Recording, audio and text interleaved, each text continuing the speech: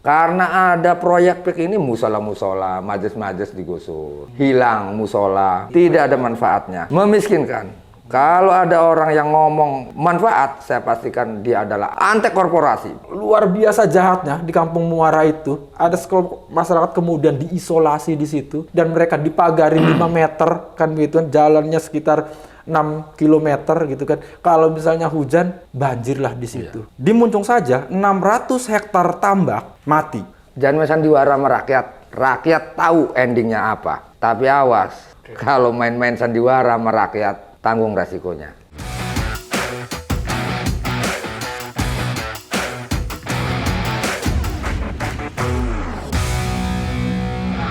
Selamat datang di channel Abraham Samad Speak Up. Seperti biasanya netizen, hari ini saya menghadirkan tamu yang luar biasa. Ini sahabat kita semua, Kang Khalid. Assalamualaikum. Waalaikumsalam warahmatullahi wabarakatuh. Kang Heri Amri Fasa. Assalamualaikum. Wassalamualaikum. Sehat, Kang Heri? Alhamdulillah sehat. Saya lihat udah bersemangat nih, Kang Heri sama Kang Khalid. Insyaallah, insyaallah. Misalnya masih semangat melakukan perjuangan? Harus. Harus. Sampai mati. Sampai mati. Kang Khalid, tadi ini kan udah melapor nih ke Komisi Nasional Hak Asasi Manusia. Ya. Dan langsung menyampaikan testimoni di hadapan para komisioner HAM. Ya. Komisioner Komnas HAM. Apa itu tadi, Kang Khalid, yang diceritakan? Apakah memang Kang Khalid melihat ada kejahatan yang luar biasa ya, kejahatan kemanusiaan yang tidak bisa lagi ditolerir, sehingga ini harus dilaporkan ke Komisi Nasional Hak Asasi Manusia karena ada pelanggaran HAM berat? Banyak sekali. Oh, banyak. Banyak. Bahkan kalau mau ngitung itu sampai nggak kehitung. Iya. Jadi kalau ngomong apa? Pelanggaran HAM. Pelanggaran HAM itu udah kemana-mana itu udah. Oke, gitu ya. Itu. Misalnya contoh, kalau kita bicara manusia kan berarti bicara tentang sejauh mana hubungan manusia dengan apa saja hubungannya. Oke. Contoh, manusia adalah makhluk sosial. Berarti kalau sosial, hubungan manusia dengan manusia. Nah ini diputus juga oleh proyek PIK yang di PSN kan itu. Jadi karena adanya proyek PIK terputus? Terputus. Contoh, yang satu dikasih beras, suruh bikin statement, kami masyarakat A, kami masyarakat B, kami masyarakat C mendukung PIK 2 yang di PSN kan. Padahal dia karena beras.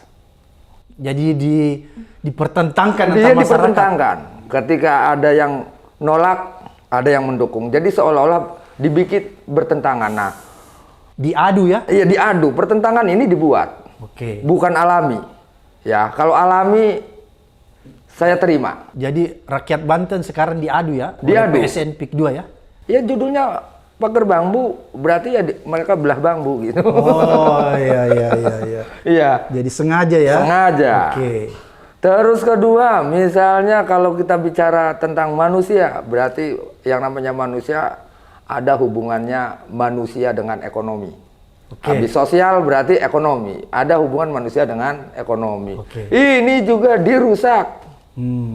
Contoh misalnya, Pak Heri kerjanya nyangkul di sawah diuruk, itu juga kan ngeganggu ekonominya Pak Heri. Karena dia kehilangan pekerjaan. Kehilangan pekerjaan. Mending kalau misalnya diuruknya udah dibayar. Ya, belum dibayar diuruk. Jadi gitu. dia kehilangan tanah, kehilangan mata pencarian. Iya, seperti itu. Jadi satu hilang tanah miliknya dan hilang mata pencarian. Ruang hidup mata pencariannya hilang. Nah, ketiga, misalnya hubungan manusia dengan kekuasaan, berarti hubungan manusia dengan politik.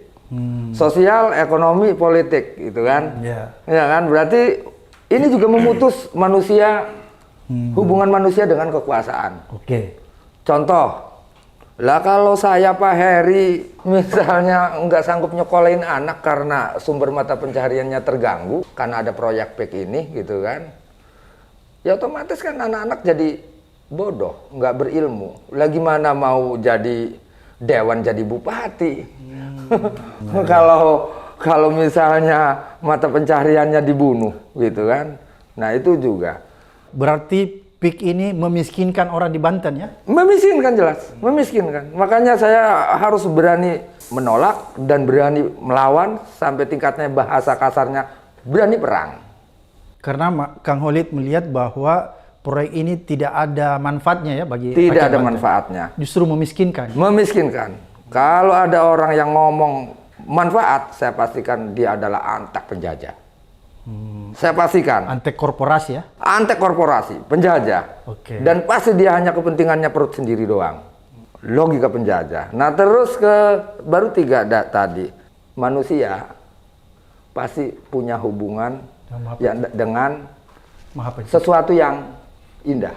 Oke.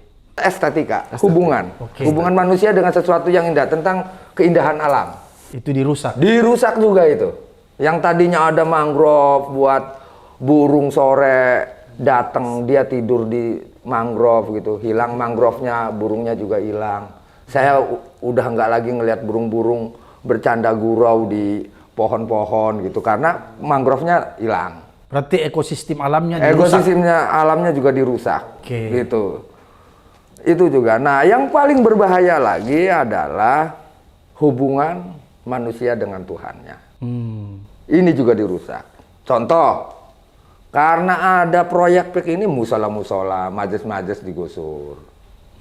Hilang musola, majelis-majelis yang ada majelis taklim, ada ibu-ibu pengajian, anak-anak ngaji. Entah kemana sekarang.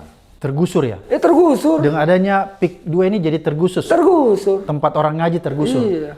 Silahkan Komnas HAM tadi tuh kalau suruh ngecek, mah ya dicek di lapangan. Nanti saya tunjukin satu-satu gitu. Oke. Nah, inilah yang saya bilang proyek PIK 2 yang di PSK ini bukan hanya menyerobot lahan, mengganggu ini. Jadi ini mah udah sebutnya membunuh kebudayaan bangsa kita. Nah, disitulah yang saya sebut ini adalah pelanggaran HAM berat. Oke, jadi dia merusak peradaban ya? Peradaban. Semua dirusak. Oke. Jadi ini harus tahu bangsa Indonesia. Dan kalau ini terjadi di Banten, kira-kira terjadi nggak di wilayah-wilayah yang lain? Itu Pak. Jadi berarti kalau Banten dibiarkan dirusak, maka akan terjadi di daerah lain, Kang Holik ya? Iya jelas lah.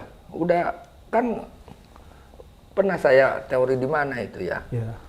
Untuk mengetahui tumpukan durian yang 50 biji itu, kan bisa dicicipi sebagian. Cicipi sebagian lagi. Idealnya itu harus dicicipi semua, baru bisa disebut durian itu manis atau tidak. Tapi kita melihat sebagian persoalan di Indonesia ini, kita lihat sebagian dari Banten. Kondisi-kondisi yang kejadian-kejadian yang ada di Banten.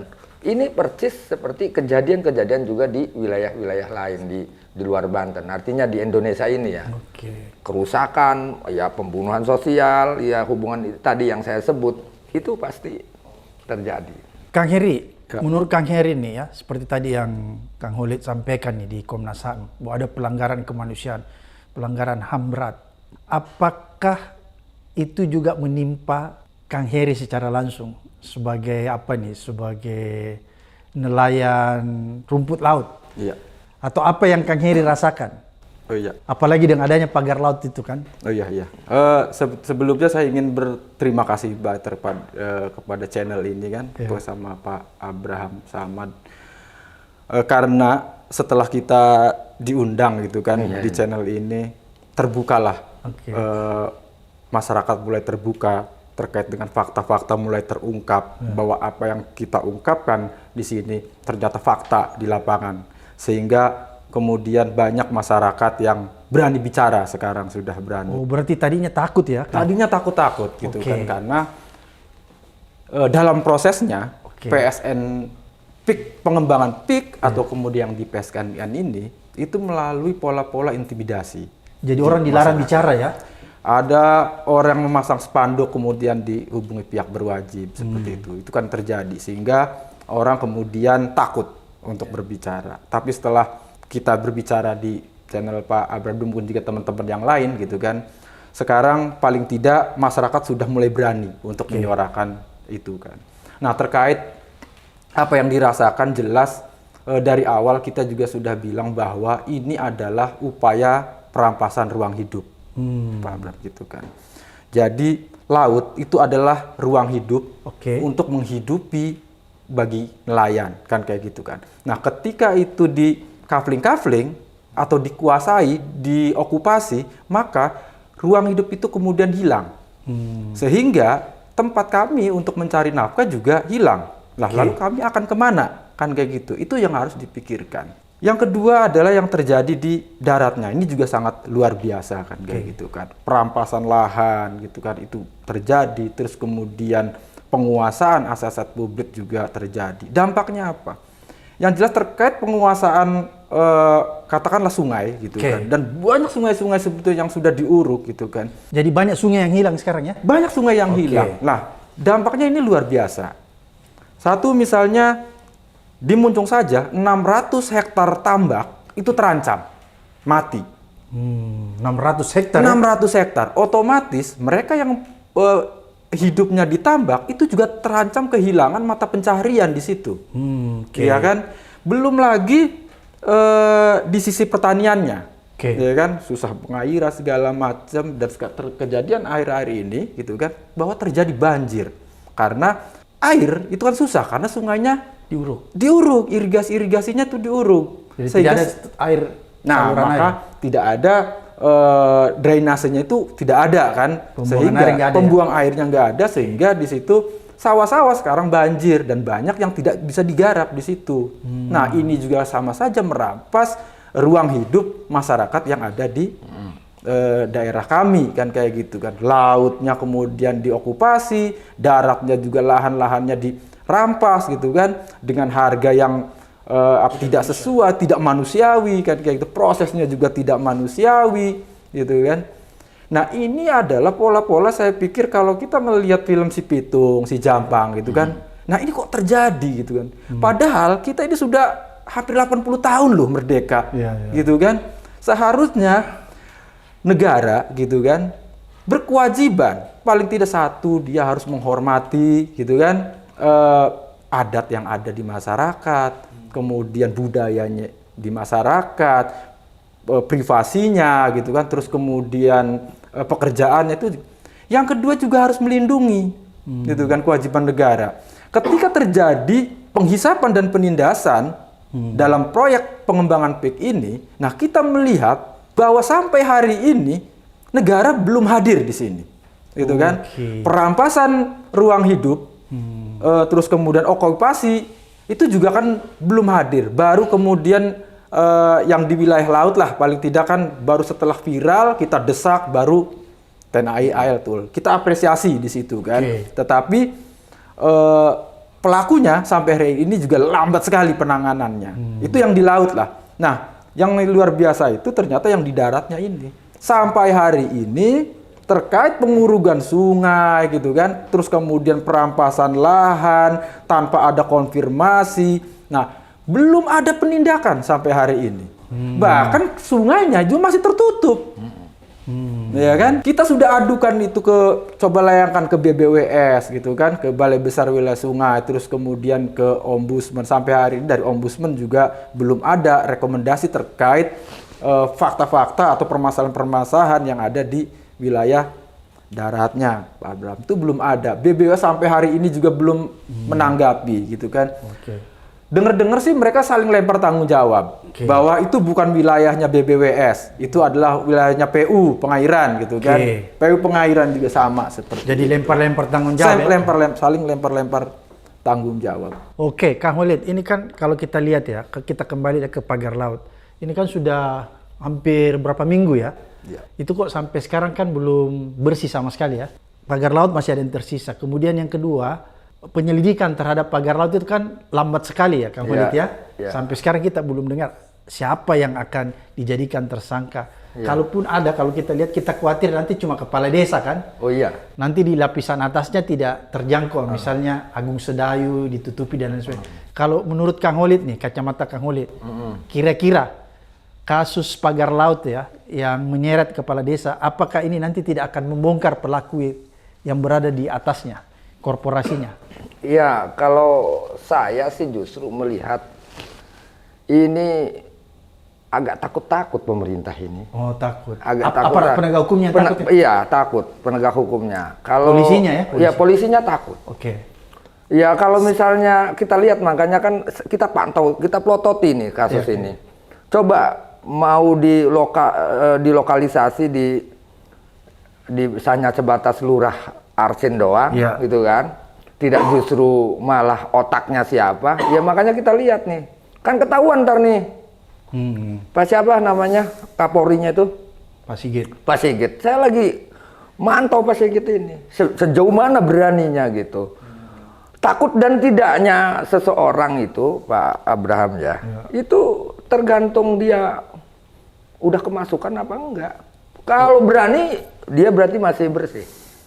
Kalau takut berarti nggak bersih. Harus dicek juga ini Kapolri. Oke, tanda tanya ya? Tanda tanya. Kalau nggak berani ini berarti ada apa ini? Kalau nggak berani menyentuh korporasi. Kalau nggak berani menyentuh korporasi berarti ya tadi itu udah saya bilang di awal. Saat ini para pejabat ini udah pada berani jual kewenangan, jual beli kewenangan gitu. Oke. Jual beli kewenangan dan merugikan rakyat ya? Iya, ya otomatis kalau udah dijual kewenangannya, kewenangan mereka yang seharusnya buat kami sebagai rakyat justru buat mereka korporasi tadi gitu. Kalau Kang Heri melihat ini kan tadi Kang Khalid bilang ini, kalau kita melihat ini polisi ingin melokalisir kan, menjadi mungkin nanti yang jadi tersangka cuma sebatas kepala desa atau lurah perangkat desa, kira-kira seperti itu kan, sehingga pelaku-pelaku yang berasal dari korporasi itu mungkin nanti tidak bisa dijangkau. Menurut Kang Heri ini, apakah kalau analisis kan Kang Heri berada di sana, kuat dugaan nggak memang bahwa sebenarnya pelaku intelektualnya ini korporasi, misalnya Agung Sedayu, pemanggaran pagar laut ini, bukan cuma sebatas kepala desa yang diambil dan lain sebagainya. Kalau menurut saya, kan sudah pernah dia berkali-kali bilang bahwa memang kalau kepala desa itu kan Kalau kita bicara pagar laut kan kita bicara tentang sertifikat yang betul. Maksudnya begini, kepala desa itu hanya dijadikan operator-operator di lapangan saja untuk memuluskan niat jahat korporasi ini. Niat jahatnya apa sih? Reklamasi. Niat jahatnya itu reklamasi dengan cara cepat dan murah, karena dia ini analisis Pak ya, dia ingin merestorasi tambak, bukan ansih mereklamasi laut. Nah, tambak ya? Itu tambak karena apa?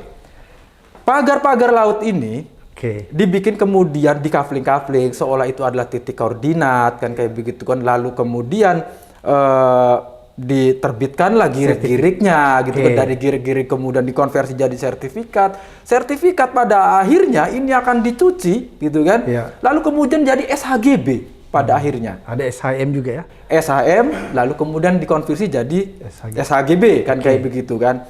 Nah, kalau kita melihat skemanya di situ jelas 30 km loh, Pak, gitu kan. Siapa yang memiliki dana sebesar itu kalau bukan korporasi? Untuk kafling-kafling. Untuk kafling-kafling itu, ya kan. Walaupun kita coba untuk dikelabui, itu kan, kemudian mengembiskan gitu, seolah-olah kita masak cuma bodoh aja gitu kan. Jadi dikiranya yang pasang itu cuma mandor memet ya? Dikira yang pasang cuma mandor memet, dikira yang pasang itu cuma engcun gitu kan.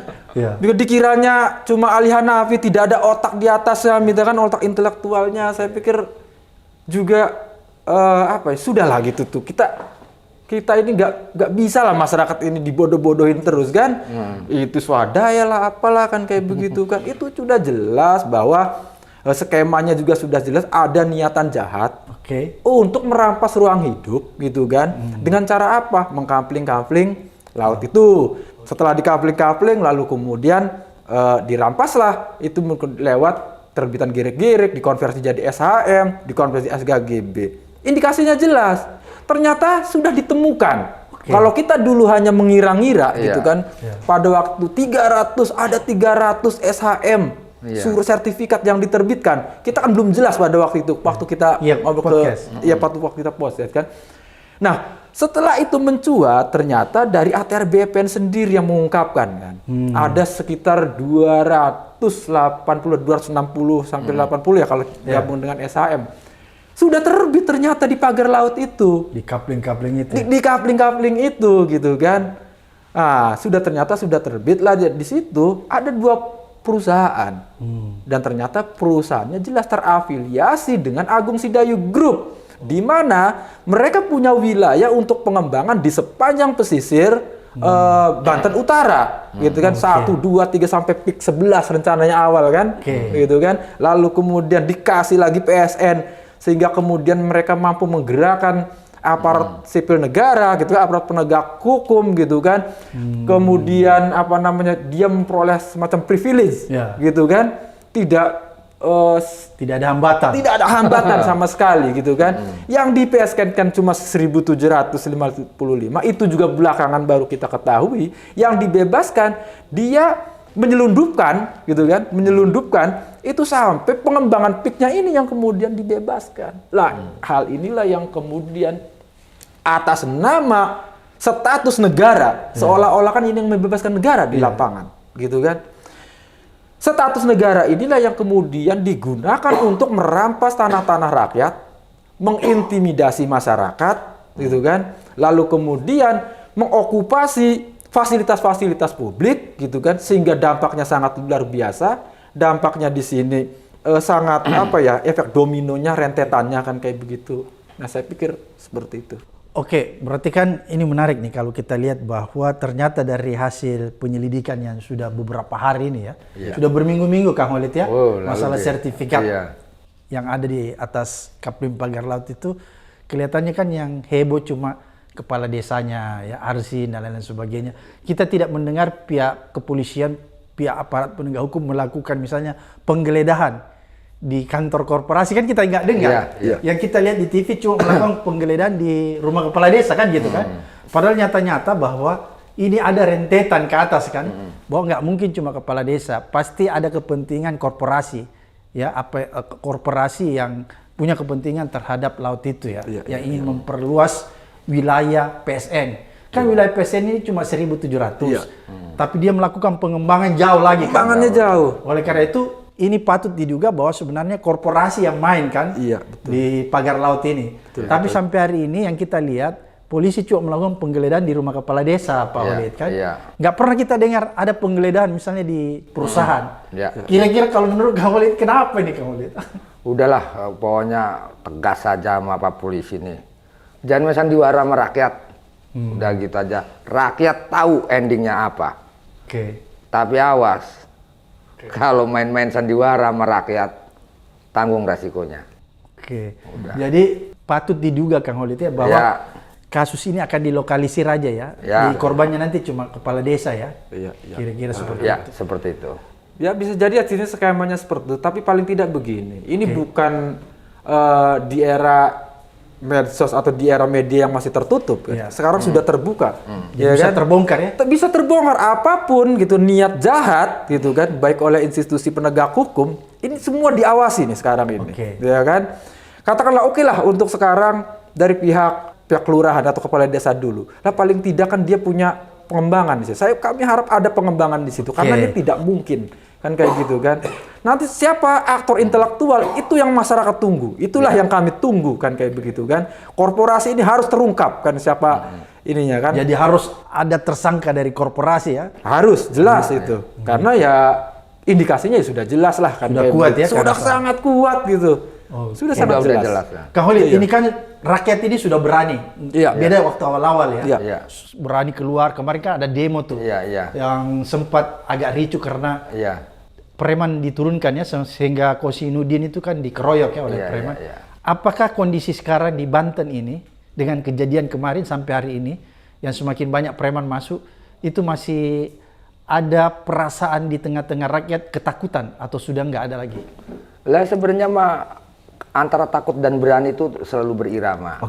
Ada masyarakat yang takut, ada masyarakat yang berani. Tapi yang jelas kami tetap akan konsen, akan terus menganyam masyarakat satu dengan masyarakat yang lainnya, kecamatan satu dengan kecamatan yang lainnya, jawara satu dengan jawara yang lainnya, sampai saya akan anyam dari tingkat ulamanya juga. Dan ini udah saya siapkan untuk menjaga kemungkinan tadi itu.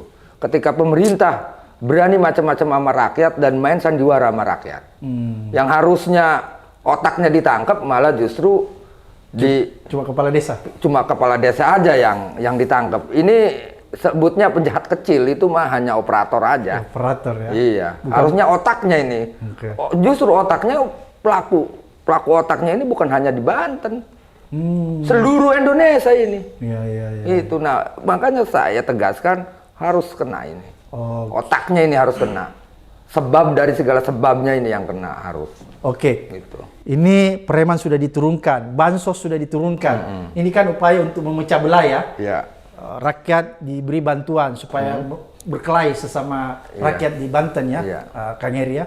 Kemudian itu kita bisa lihat kemarin waktu ada acara demo besar-besaran, antara rakyat sudah mulai diperhadapkan ya. Iya. Bahkan ada lawyer Kosinudin itu dipukul oleh preman. Iya. Ada juga mungkin orang dari dalam dan lain-lain sebagainya.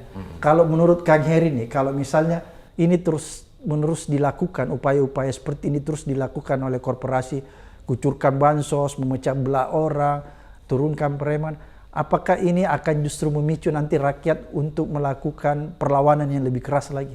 Ya, betul. Sekarang saja artinya dari aksi kemarin adanya preman bayaran segala macam itu kan. Nah, justru ini semakin memperkuat solidaritas kita. Walaupun juga nanti yang akan dibenturkan adalah sesama anak bangsa juga, orang-orang di bawah kan kayak begitu.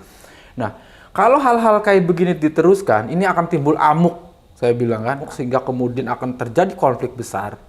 Yang bisa jadi, gitu kan, kalau misalnya Kang Khalid bilang, kalau Banten bergejolak, gitu kan, seluruh Nusantara ini bergejolak. Lah, bisa jadi, gitu kan, ini akan terjadi huru-hara yang sangat meluas. Kalau misalnya hal ini dibiarkan. Kalau negara sampai hari ini tidak hadir, maka huru-hara itu juga akan terjadi. Saya pikir seperti itu. Jadi makanya negara harus hadir ya. Negara harus Aparat hadir. penegak hukum harus turun, ya, menindak ya agar supaya tidak terjadi misalnya persekusi di lapangannya, tidak terjadi intimidasi, tidak terjadi teror terhadap rakyat.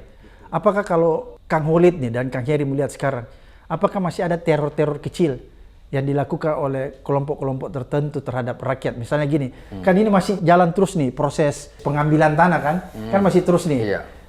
Misalnya masih jalan tuh ada orang didatangi bilang, udahlah jual tanahmu cepat, karena kalaupun tidak pasti akan diambil alih karena ini proyek. Apakah upaya-upaya itu masih terus berlangsung atau karena lagi ribut nih itu terhenti? Masih tetap. Masih.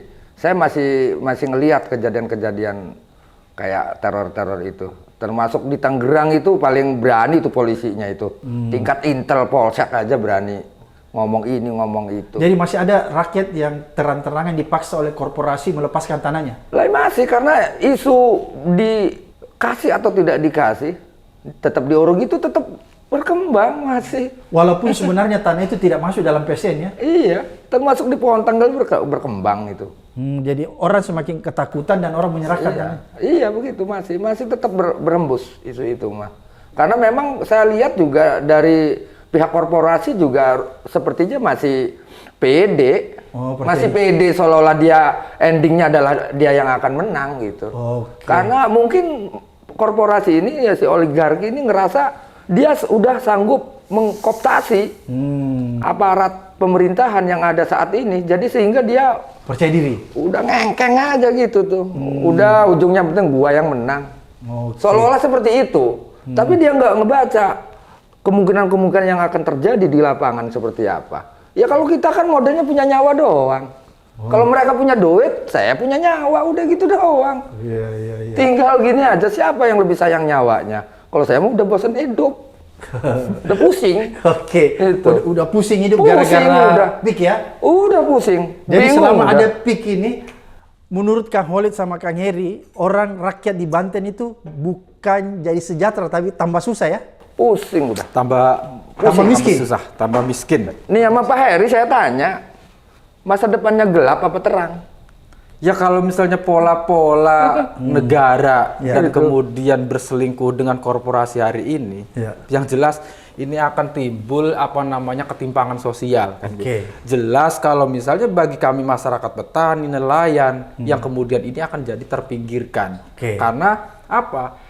Perspektif pembangunannya yang keliru. Saya pikir seperti itu, Pak Abraham. Gitu kan.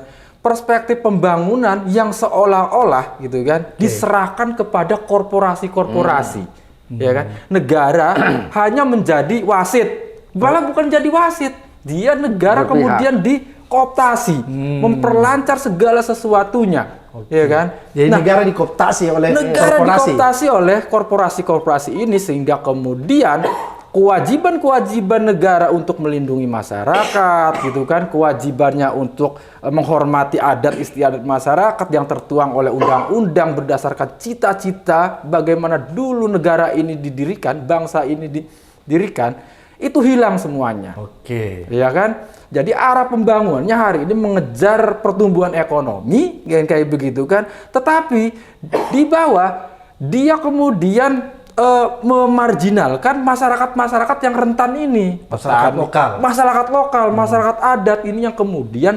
terpinggirkan. Kan kayak gitu kan. Jadi konsep Jadi dulu, Kang Heri, berarti dengan adanya proyek PIK 2 ini masyarakat lokal, masyarakat adat itu menjadi terpinggirkan ya? menjadi terpinggirkan karena apa? Kan kayak begini kan. Di lahan pertanian, pertambangan, di sana kan lahan pertanian dan pertambangan, lumbung malahan kayak begitu kan. Justru dulu saja ketika Mataram ingin menyerang ke Aceh sana kan kayak gitu kan, itu lumbungnya itu dari Banten. Ya kan, Pati Unus kalau nggak salah pada waktu itu kan dari Banten itu kan, Fathahilah itu kan dari Banten. Nah, sampai hari ini itu masih dipertahankan sebagai lumbung. Lah, Sultan Ageng Tirtayasa, kenapa dia diberi gelar Tirtayasa? Tirta kan air, yasa kan artinya perlakuan, jasa kan kayak begitu kan. Dia membuat sistem irigasi yang sedemikian canggih pada masanya sehingga kemudian Banten mencapai masa kemasan pada waktu. Dari apa? Dari agraris, dari pertanian dan dari nelayan. Luar biasa ya? Luar biasa lah hari ini irigasi diuruk, ya kan? Sawah-sawah produktif kemudian diuruk. Lalu kemudian cita-cita Pak Prabowo untuk ketahanan pangan, swasembada pangan, kedaulatan pangan, omong kosong. Oke, Kang Heri, bisa nggak Anda memperkirakannya? Kira-kira ada berapa hektar sawah itu hilang oleh adanya proyek PIK 2 ini? Nah, untuk sementara yang satu titik saja itu kira-kira 400 hektar. Satu titik loh di Buncung, ya kan? Itu ya pengurugan 400 hektar. Belum di Pagedangan Ilir yang sudah terjadi. Itu juga ada 400 baik lahan tambak maupun lahan pertanian. Nah, tidak hanya di wilayah Tangerang saja gitu kan. Bahkan sampai ke wilayah Kabupaten Serang. Nah, dari mulai Kecamatan Tanara, Tirtayasa, Pontang. Nah, ini terancam semuanya. Walaupun proses pengurugannya belum terjadi. Tapi ke arah sana sudah mulai. Tapi ke arah sana sudah mulai. Awalnya itu berhembus bahwa yang membebaskan Agung Sidayu. Ya kan? Atas nama PIK ini, atas nama PSN ini. Ketika ini ramai, ya kan? Sudah mencuat, mereka berusaha untuk memotong isu ini. Seolah-olah bahwa yang terjadi di Kabupaten Serang itu bukan PIK, terpisah dengan PIK. Seolah-olah. Seolah-olah. Jadi itu yang dibuat sekarang ya? Yang dibuat sekarang. Padahal itu tetap Agung Sedayu di situ. Padahal tetap ketika terjadi protes masyarakat di Tangerang, calo-calo tanah ini protes juga, gitu kan? Gara-gara yang protes di Tangerang nih, gitu. Dana kita macet. Loh, katanya ini bukan PIK. Kita kan protes PIK nih, kan kayak gitu kan. Lah otomatis bahwa memang pengembangan dari mulai 1, 2, 3 sampai 11 itu memang terjadi. Itulah pengembangan PIK walaupun kemudian dia menciptakan cangkang-cangkang perusahaan. Tapi tujuannya adalah dia ingin menguasai lahan-lahan rakyat dengan murah kan kayak begitu dengan cara menggusur dan mengusir masyarakatnya. Nah, itu yang pertama. Yang kedua, sejauh proyek ini berjalan tidak pernah melibatkan partisipasi publik, tidak pernah ada konsultasi publik yang bermakna di situ. Padahal itu adalah salah satu hak asasi manusia, hak sebagai warga negara, hak sebagai manusia untuk terlibat dalam pembangunan. Kalau misalnya ini dalam kerangka pembangunan, sehingga yang terjadi apa? Terkait mana yang PSN, mana yang bukan PSN saja, itu gelap. Jadi kabur ya? Jadi ada penyeludupan hukum? Ada penyeludupan hukum, gitu kan. Walaupun sekarang misalnya 100 1.755 hektar, 1.500-nya pakai hutan lindung, yang 255 pakai tanah di luar hutan lindung. Yang 255 ini yang mana? Ya kan? Apakah yang sekarang diuruk di Muncung itu? Itu kan 400 hektar. Iya kan? Apakah yang di Pagedangan Ilir?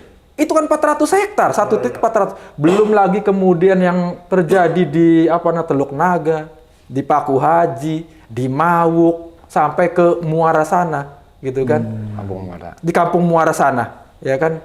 Saya dengar dari teman-teman yang ada bahwa luar biasa jahatnya di Kampung Muara itu. Ada sekelompok masyarakat kemudian diisolasi di situ. Kalau misalnya Pak Said Didu bilang itu adalah rong gajah, hanya diberi akses dikit, gitu kan?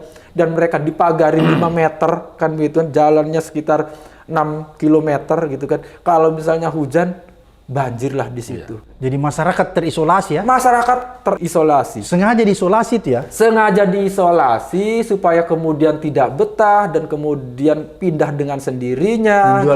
Menjual tanahnya. Upaya itu juga dilakukan di Muncung. Ketika akses masyarakat terhadap sungai ditutup, itu juga sama saja mereka mengisolasi hak untuk mencari penghidupannya.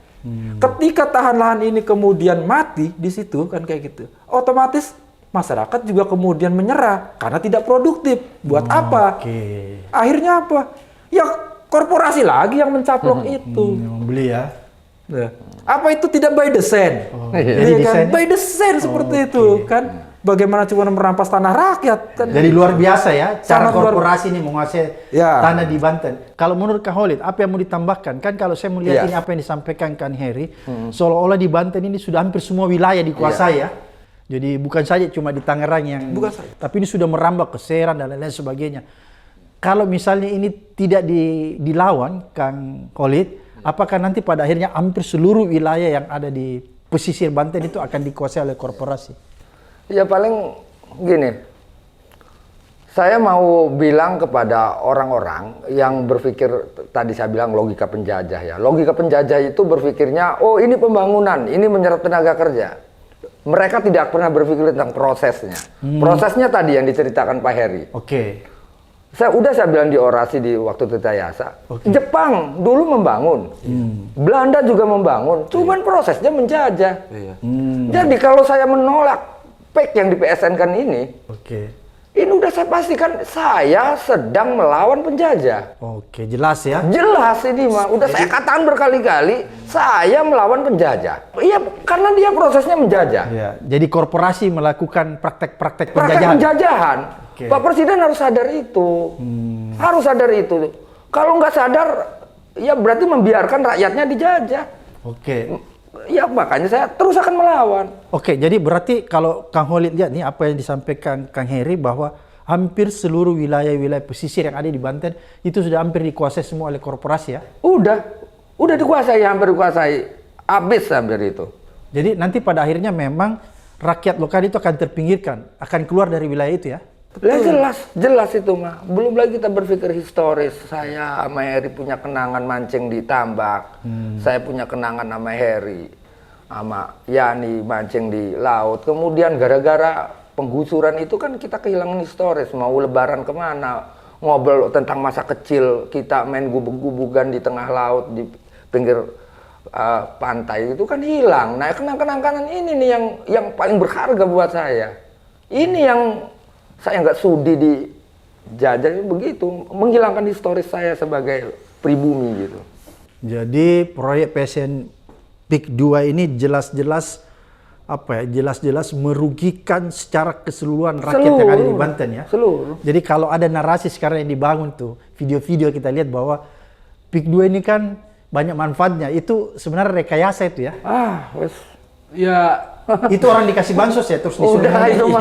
Udah. Jadi itu gimana tuh dikasih bansos terus disuruh buat video ya? Dikasih beras gitu kan, terus kemudian disuruh buat video bahwa kami mendukung kan kayak gitu ya kayak gitulah yang selalu itu dilakukan. Sekarang dilakukan ya? Itu sekarang dilakukan masif malahan hal-hal kayak begitu. Jadi mencoba untuk mempengaruhi publik gitu tuh, mencoba untuk mempengaruhi. Tapi serapi-rapinya membungkus itu gitu Pasti kan. terbongkar ya? Pasti kalau misalnya bangkai pasti busuk baunya. Nah, Oke. seperti itu, Pak. Kang Heri, Ya. Kang Holik, Ya. kan menurut korporasi ini katanya dia menyerap tenaga kerja. Ada nggak Kang Holik lihat atau Kang Heri lihat bahwa tenaga kerja yang diserap di proyek PSN PIK 2 itu bagi warga lokal itu tenaga kerja yang tingkat di atas, manajer, misalnya jadi direktur, jadi manajer, ada nggak direkrut penduduk lokal menjadi Ya, direktur? Nggak ada ya? Kalau saya mah belum menemukan. Yang ada apa tuh? Yang ada pekerja kelas bawah. Les pokoknya kalau banding-bandingan itu mas saya pikirlah hitung-hitungan tetap mau ngadu apa aja kalah. Tetap yang dirugikan mah kita sebagai masyarakat, sebagai petani, sebagai nelayan. Ntar ada misalnya ngomong, saya nih jadi humas PIK misalnya kan gitu. Mau berapa sih gajinya? Mau sampai kapan sih humasnya? Gitu. Udah pokoknya ini mah jelas. Wah, jadi sekarang sudah ada penduduk yang bilang dia humas di sana. Lah ya ngaku-ngaku lah gitu kan. Menarik, jadi dianggap ini posisi yang tinggi ya. Yang tinggi humas itu apa? Jadi saya jadi security hebat gitu. Ada. Iya. Dan memang ini mah sengaja dikemas seolah-olah proyek PIK yang di PSN kan ini artinya proyek yang banyak manfaatnya. Menyerap tenaga kerja. Iya. Minim midarotnya. Mudah. Iya kan? Iya. Itu dikemas. Jadi kita ini perang dominasi. Yang satu dia mencoba untuk mendominasi bahwa PIK yang di PSN kan ini adalah bermanfaat gitu kan. Kasih beras sosial gitu kan. Mana lagi yang mau kira-kira nolak kasih beras 5 kiloan per plastik itu kan. Kasih suruh bikin pernyataan mendukung. Dia dikemas ini, Pak. Lah satu sisi kan ya yang kehilangan lahannya, kebanjiran segala macam. Ya tinggal ini mah kan tugas pemerintah, ngitung. Yo hitung-hitungan pemerintah. Gitu kan. Iya. Banyak manfaatnya atau midarotnya. Ya paling kalau orang-orang yang sifatnya diuntungkan dari proyek ini bilang ya banyak manfaatnya. Buktinya saya. Karena dia bagian dari antek penjajah. Antek korporasi itu ya. Iya, udah itu. Oke. Kang Heri, apa yang Anda mau sampaikan lagi nih Kang Heri? Hal yang paling urgent sebenarnya dari peristiwa pelanggaran HAM di PIK nih. Apa yang benar-benar yang kita harus concern menjaga agar supaya peristiwa ini tidak terulang lagi nih. Saya pikir kejadian di Banten itu juga terjadi di belahan daerah lain kan kayak gitu. Kayak kan. di Rempang. Di Rempang terjadi, Surabaya juga mungkin terjadi, Kalimantan, Manado, mana lagi Wadas kan kayak gitu. Nah, semua terjadi pola-pola yang sama. Ketika kemudian mengatasnamakan negara, mengataskan proyek strategis nasional, ini merampas ruang-ruang rakyat. Tidak menghormati apa yang kemudian menjadi wilayahnya masyarakat, pekerjaannya masyarakat, profesi masyarakat, baik nelayan, baik petani, kan kayak gitu. Nah, isu sekarang yang hari ini adalah kami yang menolak PIK ini itu anti pembangunan. Kan itu yang diisukan ya? Itu yang kemudian diisukan. Gitu. Nah, kami ini tidak menolak pembangunan, kan kayak gitu kan? Tidak juga menolak investasi sebetulnya, kan kayak gitu. Tetapi pembangunan yang seperti apa dulu, kan kayak investasi yang seperti apa dulu yang harus berjalan, kan kayak gitu kan. Toh kata Kang Holid, Belanda juga membangun dulu, membangun Anyer Panarukan, kayak gitu kan. Tetapi kan prosesnya berapa ribu orang yang mati ketika pembangunan Anyer Panarukan itu. Jepang juga sama, tetapi prosesnya Romusa, kan kayak gitu kan, kerja paksa, kan kayak gitu. Jadi ini seperti begitu yang terjadi di PIK sekarang ya? Yang terjadi adalah seperti itu. Jadi pola-polanya itu adalah pola-pola penjajahan yang terjadi, kan kayak gitu. Nah, kami menyayangkan bahwa disinilah kemudian peran negara, kan kayak itu. Perspektifnya jangan hanya kemudian mengejar pertumbuhan ekonomi, lalu kemudian tidak ada perspektif hak asasi manusianya di pembangunan itu. Nah, itu juga harus dilihat. Publik juga harus dilibatkan, kan kayak gitu. Masyarakat juga harus ada partisipasinya di situ. Nah, sejauh ini kan tidak. Seolah-olah ekonomi diserahkan kepada korporasi-korporasi ini yang mengatur. Yang mengatur. Kan Rakyat kayak gitu. diam, nggak boleh buat apa-apa ya? Nah, rakyat seolah-olah hanya kemudian apa ya? Hanya Berikan saja gitu. gini saja. Kan kalau misalnya kan ada teori apa trickle down effect atau kan kayak itu kan, ekonomi ini diserahkan oleh sekelompok elit ekonomi gitu kan yang memiliki akses terhadap ini, lalu kemudian diupayakan ini menetes. Tetapi yang terjadi dia tidak menetes. Oke, jadi di Ini Banten tidak menggebu di menetes ya? atas. Dia semakin mengakumulasi modalnya di situ, ya kan? Sehingga terjadi ketimpangan. Yang kaya semakin kaya, yang miskin semakin papa, kan kayak gitu. Yang terjadi di Banten ya? Itu terjadi di Banten, bahkan juga terjadi di mana-mana di Indonesia ini. Nah, saya membaca bukunya Pak Prabowo, Paradok Indonesia. Sebagian besar diisi buku itu, saya sepakat bahwa itu adalah gambaran atau manifestasi dari kondisi hari ini, kan kayak gitu. Maka saya berharap gitu kan kepada Pak Prabowo, jika benar memang itu yang ditulis dalam buku itu adalah tulisan benar-benar Prabowo, bukan ghostwriter gitu kan. Saya berharap Pak Prabowo setia dengan apa yang menjadi pemikirannya. Karena apa yang dalam buku itu adalah gambaran Pak Prabowo, kan kayak gitu kan. Nah, di situ dijelaskan bahwa yang menguasai ekonomi hanya 1% orang, kan kayak gitu kan. Ekonomi hanya 1%, sekitar 2.500.000 kalau misalnya penduduk Indonesia 2 juta ini kan. 250 juta. Hanya 2.500.000 yang menguasai perekonomian di Indonesia, gitu kan. Dan 49 atau 50%-nya itu dikuasai. Penguasaan lahan juga sama. Ternyata kalau melihat data, sebagian kecil orang itu menguasai banyak lahan ternyata. Dan sebagian besar orang menguasai sedikit, bahkan tidak punya lahan. Padahal amanat dari Undang-Undang Pokok Agraria atau cita-cita negara ini didirikan bahwa setiap warga negara itu harus memiliki hak atas tanahnya, kan kayak begitu kan. Tapi yang terjadi hari ini, hanya 1% orang itu menguasai hampir 80% tanah-tanah kekayaan Indonesia. Kekayaan Indonesia, bahkan tanahnya, Pak. Nah, sisanya gitu kan, itu kemudian yang hanya milik 1 hektar, 2 hektar, ini pun akan dirampas lagi, kan diserahkan lagi ke korporasi-korporasi. Jadi pada akhirnya rakyat tidak memiliki apa-apa ya? Pada akhirnya rakyat tidak memiliki apa-apa, dan jika hal ini terus dibiarkan, maka Indonesia akan terancam menjadi negara gagal. Dan banyak contoh-contohnya kan negara-negara yang tidak mampu mengelola hancur, hilang. Menjadi negara gagal. Menjadi negara gagal. Itu akan terjadi ya? Itu yang akan terjadi. Saya pikir seperti itu. Kalau Sulit, masih ada yang mau disampaikan? Ya, saya mah paling pesan aja buat seluruh rakyat Indonesia. Di Rempang, Wadas, Bekasi, pokoknya dari Sabang sampai Merauke, rakyat Indonesia, saatnya kita bersatu. Kalau tidak bersatu, maka negara kita akan gagal. Kata Bung Heri. Terima kasih. Kang Heri? Begini, Pak Prabowo, gitu kan, pesannya ke Pak Prabowo, saya pikir masyarakat sekarang bertumpu kepada beliau, gitu kan, dengan sosok figurnya yang tegas segala macam kan, gitu kan. Nah, hari ini, gitu kan, sejarah akan menguji beliau. Apakah beliau ini seorang macan Asia? Sejarah akan menguji itu. Terima kasih. Oke, luar biasa netizen. Kang Holid ini nelayan Banten dan Kang Heri ini adalah petani rumput laut di Banten yang terdampak oleh adanya proyek strategis nasional.